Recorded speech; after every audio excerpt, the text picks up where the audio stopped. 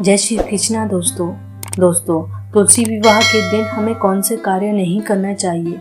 तो आइए जानते हैं तुलसी विवाह के नियम, पूजा, शुभ मुहूर्त और महत्व के बारे में। इससे पहले चैनल को लाइक और सब्सक्राइब करें। हिंदू धर्म में कार्तिक मास का बहुत महत्व है।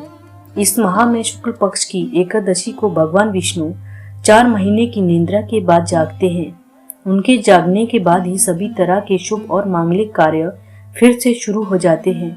उनके साथ ही हिंदू पंचांग के अनुसार कार्तिक माह के शुक्ल पक्ष की एकादशी तिथि को ही तुलसी और शालिग्राम जी का विवाह किया जाता है। मान्यता है कि तुलसी विवाह संपन्न करवाने से कन्यादान के समान फल की प्राप्ति होती है और मोक्ष के द्वार खुल जाते हैं। साथ ही तुलसी जी और शालिग्राम जी की कृपा से विवाह में आने वाली बाधाएं भी दूर होती है। शादीशुदा जीवन में भी खुशियां बनी रहती हैं। तुलसी विवाह कब है और इसकी पूजा विधि और शुभ मुहूर्त क्या है, और साथ में ये भी जानेंगे कि इस दिन क्या नहीं करना चाहिए। आइए जानते हैं तुलसी विवाह कब है। देवउठनी एकादशी के दिन तुलसी विवाह किया जाता है। इस साल 23 नवंबर को देवउठनी एकादशी है, इसीलिए 23 नवंबर को ही तुलसी विवाह मनाया जाएगा। इस दिन भगवान शालिग्राम और माता तुलसी का विवाह किया जाएगा। तुलसी विवाह का शुभ मुहूर्त क्या है।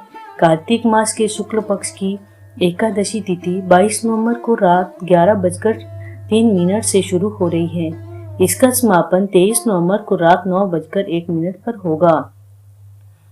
एकादशी तिथि पर रात्रि पूजा का मुहूर्त शाम 5:25 से रात 8:40 तक है। आइए जानते हैं तुलसी विवाह की पूजा विधि के बारे में। तुलसी विवाह के लिए सबसे पहले लकड़ी की एक साफ चौकी पर आसन बिछाए, गमले को गेरू से रंग दे और चौकी के ऊपर तुलसी जी को स्थापित करें। दूसरी चौकी पर भी आसन बिछाए और उस पर शालिग्राम को स्थापित करें। दोनों चौकियों के ऊपर गन्ने से मंडप सजाए।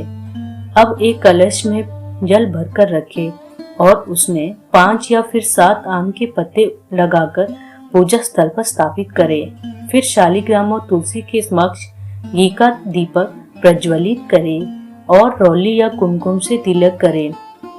तुलसी जी पर लाल रंग की चुनरी चढ़ाए, चूड़ी, बिंदी आदि चीजों से तुलसी जी का श्रृंगार करें। इसके बाद चौकी समेत शालिग्राम को हाथों से लेकर तुलसी की 7 परिक्रमा कराएं। पूजा समाप्त होने के बाद तुलसी व शालिग्राम की आरती करें और उनसे सुख सौभाग्यों की कामना करें। आइए जानते हैं तुलसी विवाह का महत्व क्या है। मान्यता है कि तुलसी विवाह करने से कन्यादान के समान फल की प्राप्ति होती है। इसीलिए यदि किसी व्यक्ति की कन्या ना हो तो उसे तुलसी विवाह करके कन्यादान का पुण्य जरूर कमाना चाहिए। तुलसी विवाह पर क्या नहीं करना चाहिए। नियमित रूप से तुलसी को जल दे। तुलसी के पौधे को रविवार, वीरवार और एकादशी के दिन पानी नहीं देना चाहिए। इसके साथ ही शाम के समय तुलसी के पौधे के पास दीपक जलाना चाहिए। कहा जाता है कि जिन घरों में सुबह शाम तुलसी का दीपक जलाया जाता है वहां सदैव माँ लक्ष्मी की कृपा बनी रहती है। विष्णु की पूजा करते समय किसी भी तामसिक वस्तु का प्रयोग नहीं करना चाहिए। कन्यादान के लिए अपनी हथेली में कुछ अक्षत और दक्षिणा जरूर रखें और इसे भगवान विष्णु को अर्पित करें। ध्यान रखें कि इस दिन तुलसी पर जल न चढ़ाए, क्योंकि देवी भगवान विष्णु के लिए निर्जला व्रत रखती हैं। अगर आपने घर में तुलसी का पौधा लगाया है तो उसकी देखभाल करना जरूरी है। ध्यान रखिए कि वह सूख न जाए। तुलसी विवाह के दिन तुलसी जी को भी श्रृंगार की चीजें चढ़ानी चाहिए। तुलसी विवाह के दिन घर में लहसुन और प्याज का उपयोग न करें। शिवलिंग पर तुलसी की पत्ती नहीं चढ़ाई जाती है।